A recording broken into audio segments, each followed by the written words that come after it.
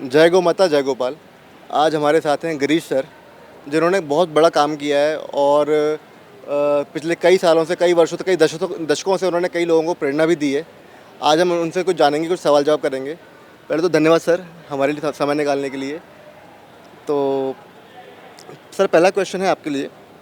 Sir, आपका vision human animal nature harmony पर based है और गौटेक को लार्ज स्केल प्रॉफिटेबल और सस्टेनेबल मॉडल बनाने के लिए सबसे बड़ा प्रैक्टिकल चैलेंज क्या होता है? नमस्कार, मैं गिरीश जयंतीलाल शाह, मैनेजिंग ट्रस्टी समस्त महाजन, भारत सरकार के जीव जंतु कल्याण बोर्ड में 3 टर्म से सदस्य हूँ।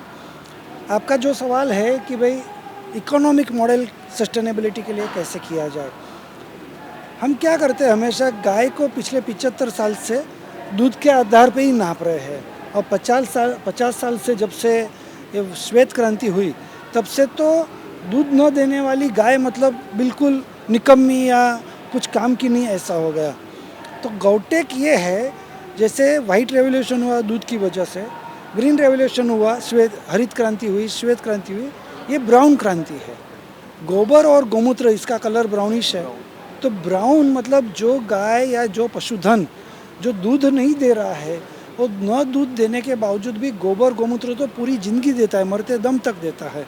तो उससे कैसे इकोनॉमी का स्टैंड किया जाए, टेक्नोलॉजी का आधार लेके गोबर गौमूत्र से ऐसी कई चीज़ें बनाई जाए और जिसके आधार पे एक भी पशु को काटने की ज़रूरत ना पड़े, ये विज़न है। बहुत सुंदर सर, बहुत सुंदर।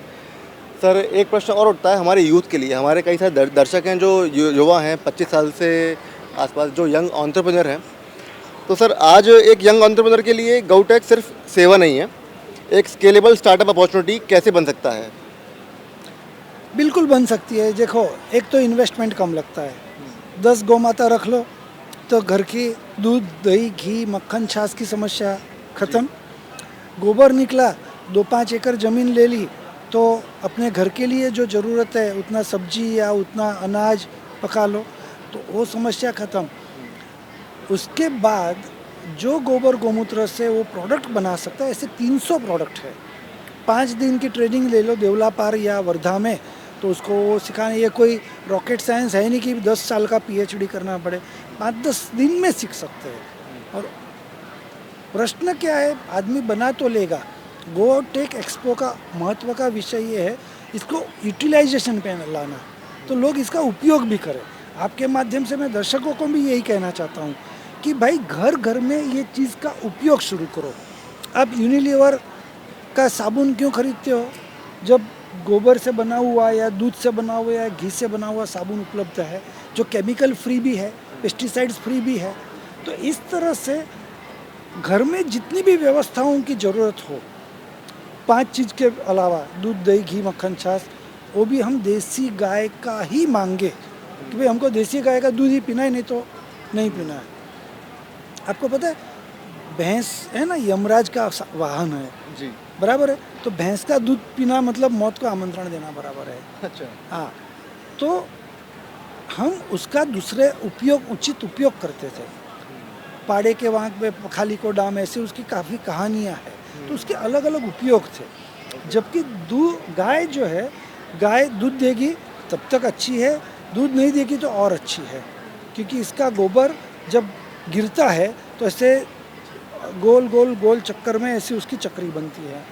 वो सूखता है तो ऐसे ही रहता है, उसको जलाने के बाद भी वो ऐसे ही गोल चक्री रहता है, वो कभी गिर के राख बन नहीं जाता है। तो इसके पीछे बहुत बड़ा साइंस है।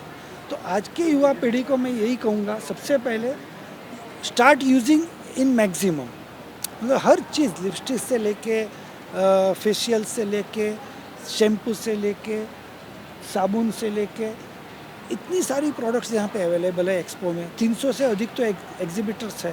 तो इनके पास से गोबर से बनी हुई, गौमूत्र से बनी हुई चीज़ों का उपयोग जीवन में शुरू करें, डिमांड शुरू करें। डिमांड शुरू करेंगे तो सेल बढ़ेगा तो प्रोडक्शन बढ़ेगा। तो ये विन विन सिचुएशन है। तो जिनको भी स्टार्टअप करना है, they are welcome. Very small investment, न किसी की लोन लेने की ज़रूरत है, न कहीं माथे पे दीवार रखने की ज़रूरत है। बहुत कम इन्वेस्टमेंट में आप ये काम कर सकते हैं। स्वागत है सबका।